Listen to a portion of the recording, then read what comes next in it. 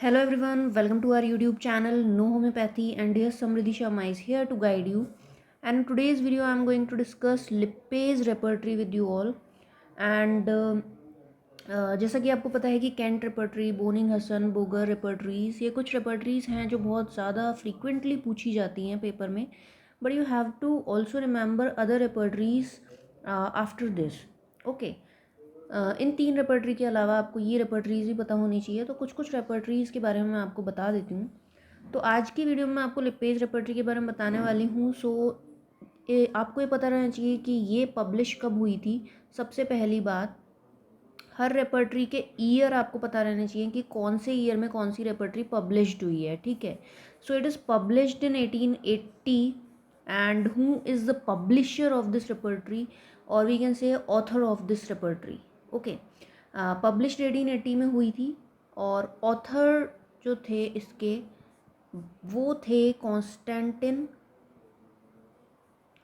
लिप्पे.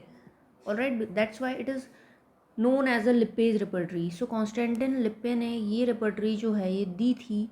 और ये जो पूरा काम था वो बेस्ड कौन सी रेपर्टरी पे था? ये बेस्ड था मैनुअल जो एलन टाउन में पब्लिश्ड हुई थी 1838 में.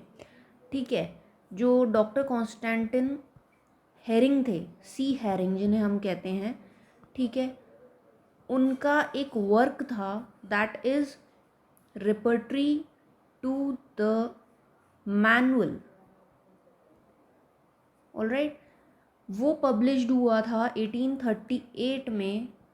उसके ऊपर ये रेपर्टरी जो थी वो बेस्ड है. ठीक है. सो आपको कुछ बातें पता होनी चाहिए सबसे पहले इस रेपर्टरी की, कि जो लिपेज रेपर्टरी है that is the precursor of the Kent repertory. So Kent preferred this repertory rather than Boning-Hassan therapeutic pocketbook. Okay, so Kent repertory is based on the Lipase repertory. जब हम Kent repertory के philosophical background को देखते हैं तो उसमें हमको पता चलता है कि उनकी जो रेपर्टरी थी वो भी Lipase रेपर्टरी पे बेस्ड थी. ओके. नेक्स्ट जो है, आपको कुछ बातें पता होनी चाहिए कि आपको सबसे पहले किसी भी रेपर्टरी के जो मेडिसिन्स हैं वो पता होनी चाहिए. सो Lipase repertory contains 602 medicine. Okay. And what is the logic behind this repertory? So it follows the logic of general to particular. Okay. So it is based on deductive logic.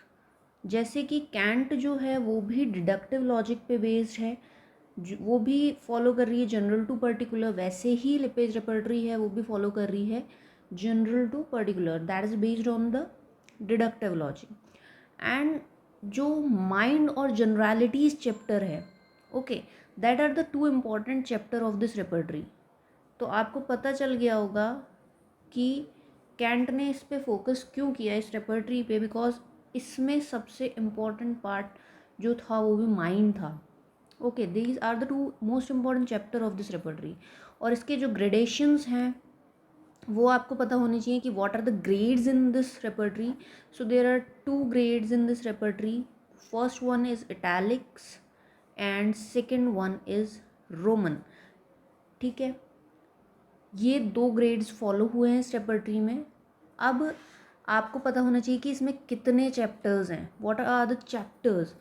So there are 28 chapters in this repertory. और 28 chapters के आपको हर repertory के chapter याद रखने की ज़रूरत नहीं है, क्योंकि इतने आपको याद भी नहीं रहेंगे.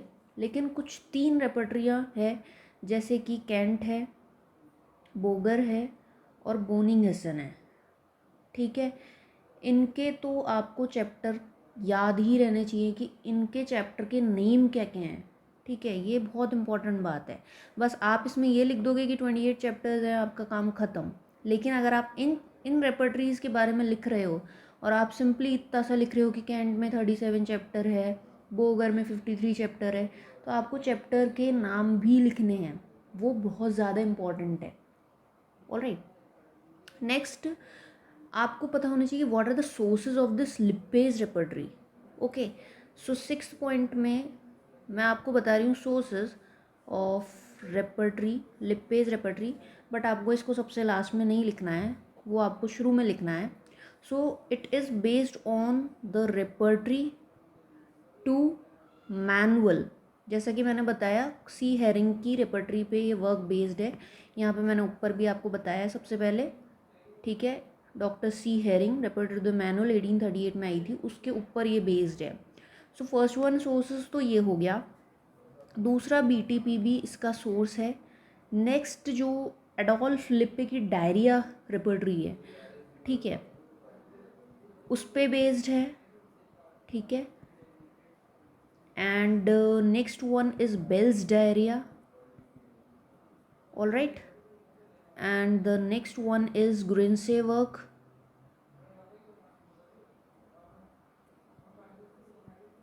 and last one is Jar's work.